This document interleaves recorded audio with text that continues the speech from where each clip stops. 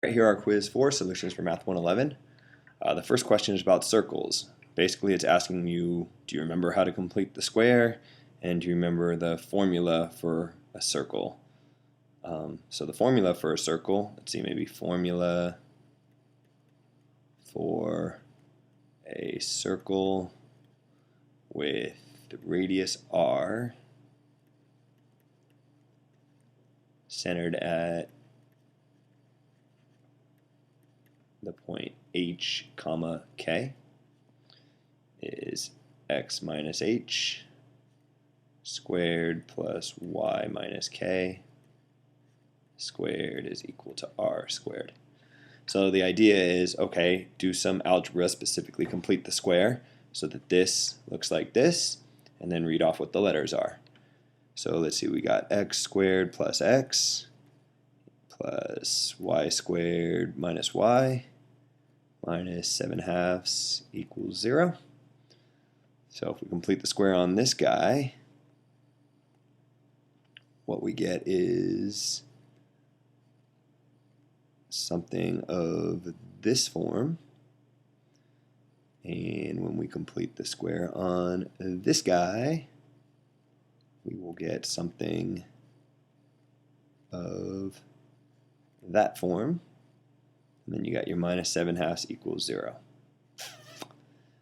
Okay, so we got to fill in the blanks. What goes here? Well, it's half of whatever the coefficient in front of the x is. In this case, there's a 1 there. So half of that 1 is 1/2. And then what goes here is this number squared. So 1/2 times 1/2 is 1/4. And what goes here, now the coefficient here is -1. So half of -1 is -1/2. And -1/2 squared is 1/4. So we end up with this mess. But we can now rewrite that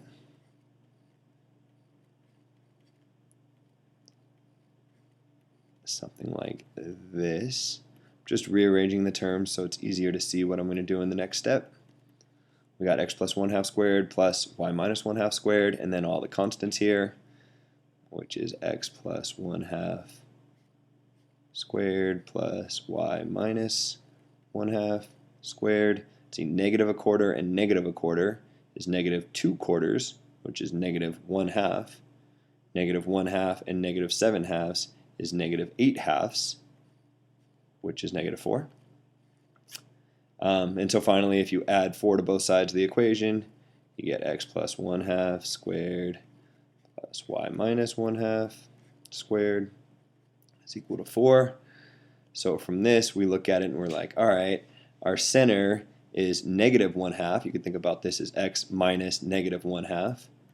So center, the x coordinate is -1/2, and the y coordinate is just 1/2 here. The k would be 1/2. And the radius, don't put 4 because it's not 4. Remember, the radius squared is what goes over here. So the radius squared is 4. The radius is 2. And so that right there is our solution. All right, number 2. It's all about lines here. So find the equation of the line that passes through these points. Okay, I think the first thing that I would do is I would give these guys names. Call this one x1, call this one y1, call this x2, and call this y2. And then I would remember that my slope is change in y divided by change in x. Rise over run is sometimes how you'll see this referred to. So y2 is 3 minus y1 is 6 divided by x2 is -4 minus x1 is 2. 3 minus 6 is -3. -4 minus 2 is -6. So my slope here is 1/2. And now that I know the slope, there's a few ways to solve. Let's see, maybe I'll do one way in part A and the other way down in part B. I think the easiest way to solve is to write y equals mx plus b. Because, okay, so remember, the equation of the line is going to look something like this, and we now know m, so all we need is b. So really what we have is y equals 1/2 x plus b So all we need to do is figure out b, but we know that when x equals 2, y equals 6, for example, you could have used this point also, but I'll use this one. So when x equals 2, I have 1/2 times 2. Let's see, my y would be equal to 6. So I got 6 equals 1/2 times 2 plus b. That is 6 equals 1 plus b. So b equals 5. So the equation of the line is y equals 1/2 x plus 5. The other way to get to this same point is by using something called point-slope form, which I think I get a chance to do in part B here.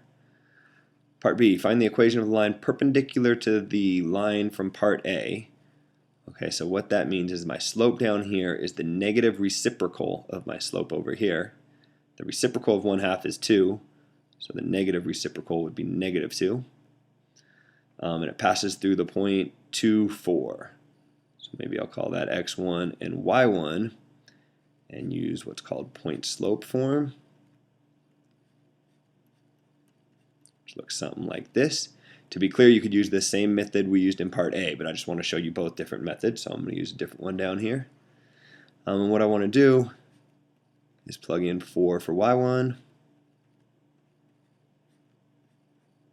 and 2 for x1, and I get this mess, which if I distribute this -2, I get y minus 4 equals -2x plus 4, so y equals -2x plus 8. And this right here is the equation of the line perpendicular to the line from part A that passes through the point 2, 4. I guess that is the end of the quiz.